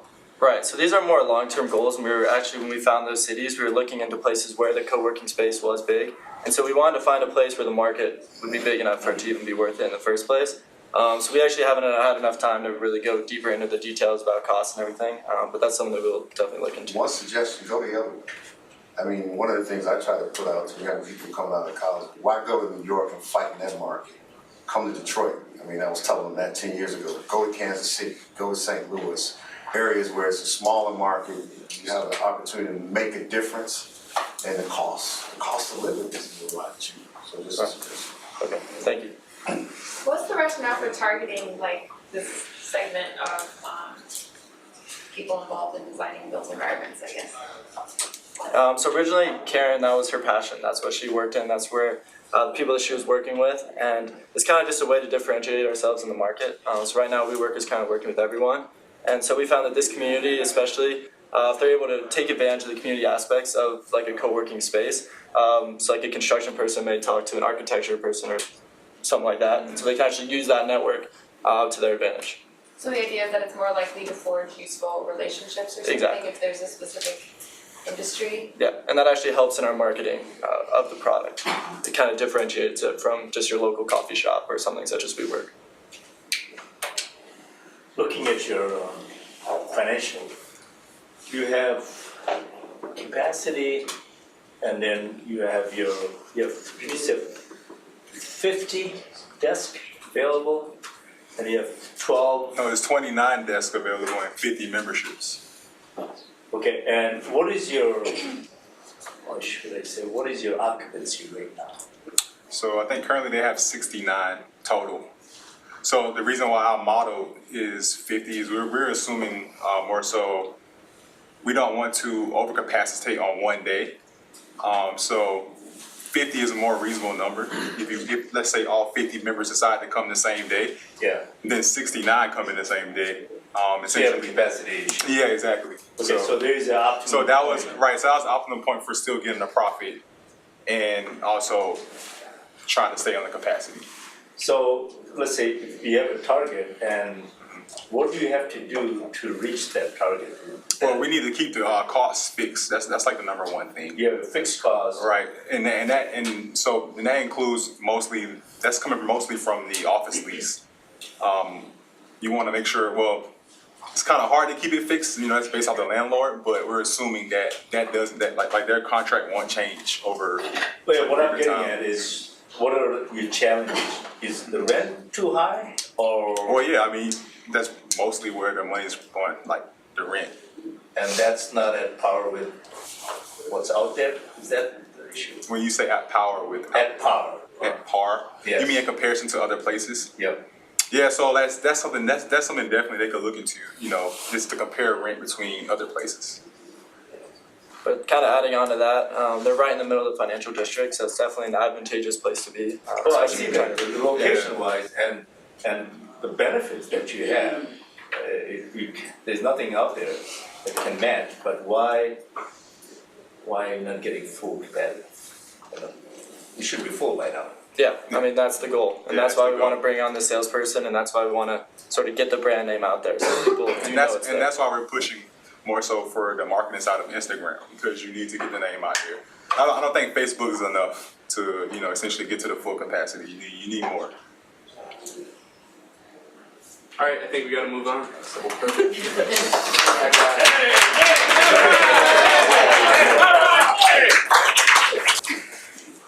All right, good evening, guys. Thanks for coming out, especially to our judges. I know it's been a long night of stimulating conversation, so we saved the best for last. So we are the Supernatural Consulting Group. I'm Connor Doherty with Danielle, Jimmy, Ozzy, and Julia. And we're here to talk about a problem that is really pertinent in Detroit right now, very community specific. And that is, there's a lack of cultural presence that has left creative-minded individuals in the city without a sense of community. So breaking that down a little bit further, obviously the backbone of any community, city, village, organization is the culture.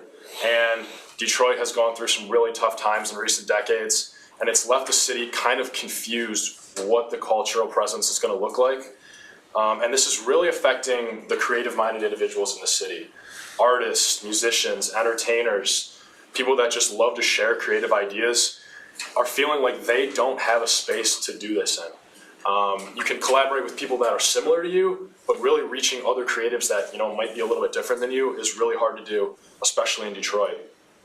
To fix this issue, we present the concept of Supernatural. So what Supernatural is Detroit's premier cultural hub. It's kind of a unique experiential thing, kind of hard to show really what it is.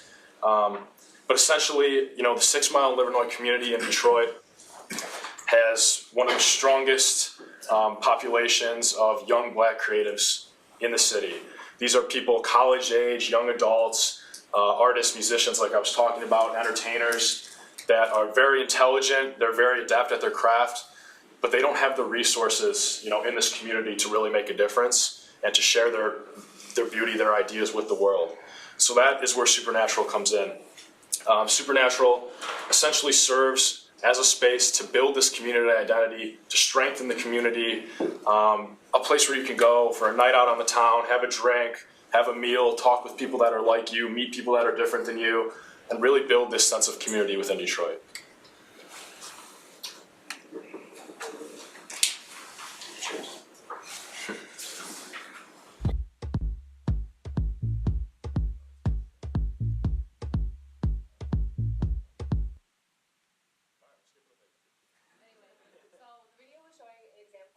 Previously validated model that is similar to ours, which is Busboys and Poets in Washington, D.C. There are other previously validated models, such as Black and Tan Hall in Seattle, Washington. And these different venues have a similar purpose of intertwining the creative side of the business as well as cultural identity. And that's what makes it unique to Detroit. This type of venue is not there yet, so. And for our market analysis, we are primarily targeting African Americans between the age of 18 to 35 years old, living in the 6 Mile Livernois area. When looking at our market, our serviceable available market is approximately 600,000 individuals.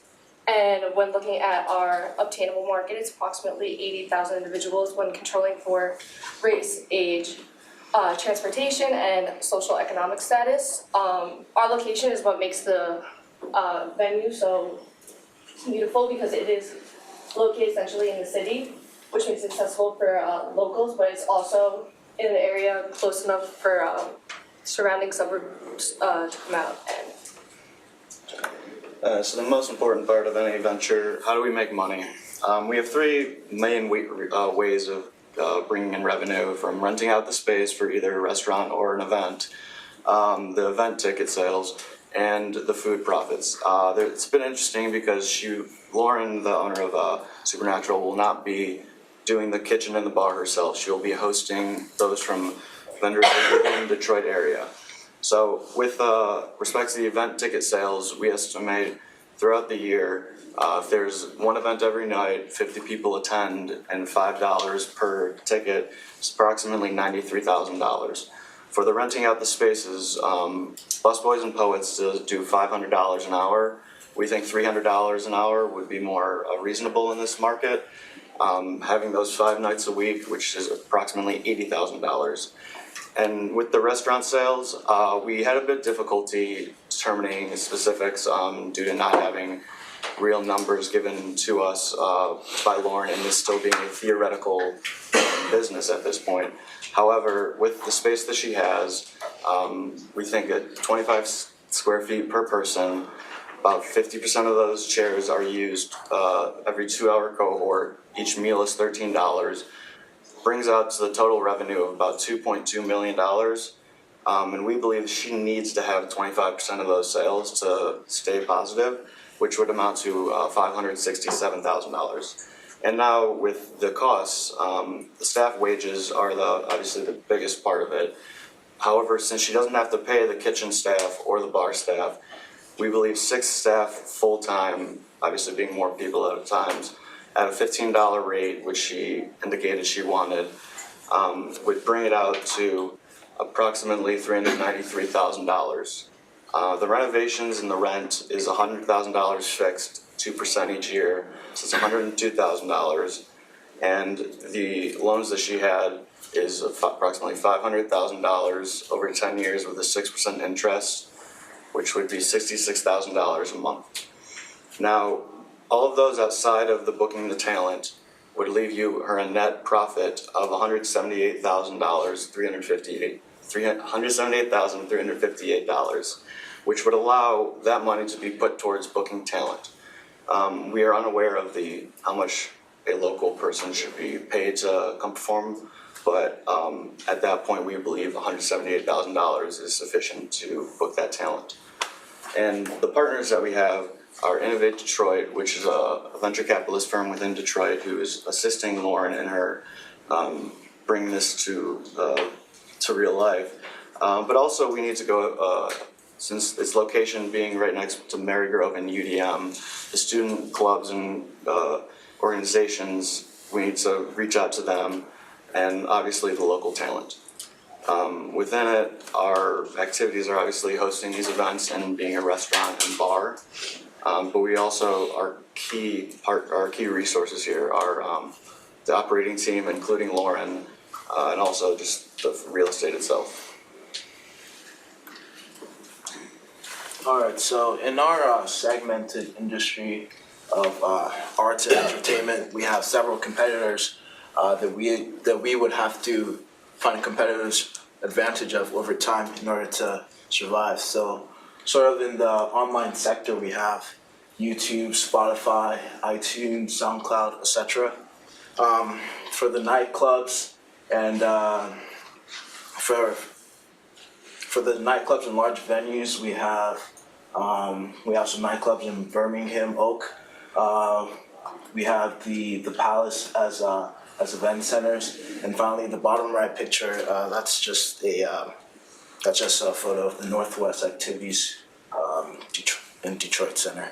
And so our main competitive strategy over all these competitors is that we offer a more socially focused and cultural hub where people can physically come in and foster meaningful relationships. Supernatural, we're in our very early stages. So as of right now, we have Lauren Hood, who is the founder and CEO. Lauren has a background in community development. She has she's also founding director for the Live 6 Alliance and Detroit Live, and these are both organizations that deal with fostering community engagement. And even as a native Detroiter, she has both the qualifications and experiences. She's personally experienced the lack of culture in Detroit, and it's kind of that. And then in terms of the subsidiaries, we'll have a lot of positions that we'd have to fill in order to kind of meet this vision of a safe culture hub. So just kind of listing them off: a talent manager who will organize the talent for specific events and shows, etc. We'll need an event coordinator who will be in charge of the logistics and execution. We'll need a food and services manager. As mentioned before, that will be separately operated, but still we need someone to kind of, again, do the logistics on that end. And security manager, because for most cultural hubs, it's very important that over time people view your center as a safe haven, kind of, since you're attracting a lot of different kind of individuals. So we'll need a security manager to kind of organize all the admissions, and I'll just... So when we learned about the idea of Supernatural, it was very much just a concept. So when we approached the customer discovery journey, we wanted to validate that this was actually a problem that was being experienced by the people in the community. So we went into the Livernois and 6 Mile community to interview people who we thought would be part of our customer archetype, and that was primarily college students in the UDM and Marygrove area. And the biggest takeaway we got from this was that they had places for entertainment, but they didn't have a place that was arts and culture focused where they could collaborate and share their ideas and express their creativity. So for our next steps, as I said, Supernatural is a very early stage venture. So as of now, we want to complete the venue renovation. And while we're doing that, we want to be fostering key partnerships with talent, restaurant owners, as well as some university organizations, as we had mentioned. And throughout all of this, we want to be continuing our customer discovery, because the arts and entertainment industry is very dynamic and it's always going to be changing with what is relevant in culture at a certain point in time. We also want to start booking talent and planning an event calendar. And while this is happening, we also want to market and advertise and hopefully execute our opening night. Thank you, and we will be taking any questions.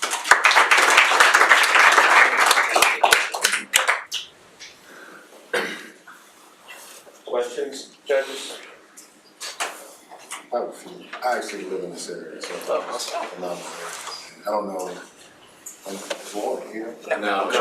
But she probably knows this already, but the city has designated that area. They're gonna put probably about $1 billion between the University of Detroit over to Marygrove down to 8 Mile. Just a few questions on I'm assuming this is an existing structure? Yeah, they have the building ready, it's just not renovated yet, so there's nothing really there right now. Do you know the square footage? 8,000 square feet. 8,000, okay. One of the things that was really interesting, you roll through the numbers, and what I picked up on, you got 5 days a week, you got so many people and so many seats, but you don't have a consistent kitchen and you don't have a consistent bar. That's the bar and the kitchen will be consistent once they, it's part of the restaurant, but they do their own thing. Lauren just kind of hosts this area for them to do this. So it will be there? Yes, it will always be there, and it's just so Lauren doesn't have to deal with them or pay them, so. Because there's actually a bar on 8, probably heard of the Bakers, and that's kind of their model. They don't, they lease the kitchen out to someone else, but it operates out of venue. No, that's all right.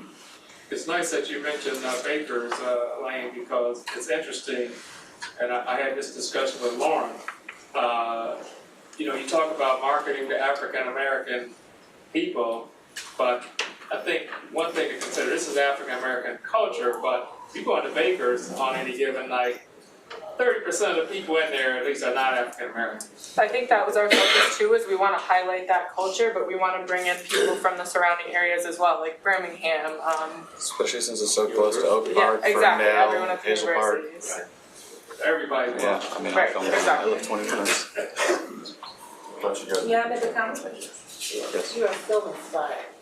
In 1918, the Harlem Renaissance got started.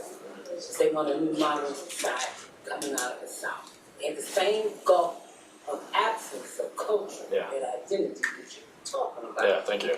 And you're 100 years later, it is going on doing exactly what you do. Absolutely. Stay inspired. Thank you so much. Anyone else? You go, As you guys know, this one is a concept, hadn't got rolling, but I think you look at this area as we know, a lot of money's gonna be invested, and there's a lot of students and other people that are there, so hopefully there. And every single Mark Cuban, United States, I heard that. Mark Cuban invested in Bloomington, University of Indiana. Yeah. How he created, so I can see someone like you come in and but definitely. Every single person that we talk to in our customer discovery is like, yeah, I'd love this to be here. Even if they may not actually use it all that much, they see the value in it and they want it there for their community. Alright, thank you guys.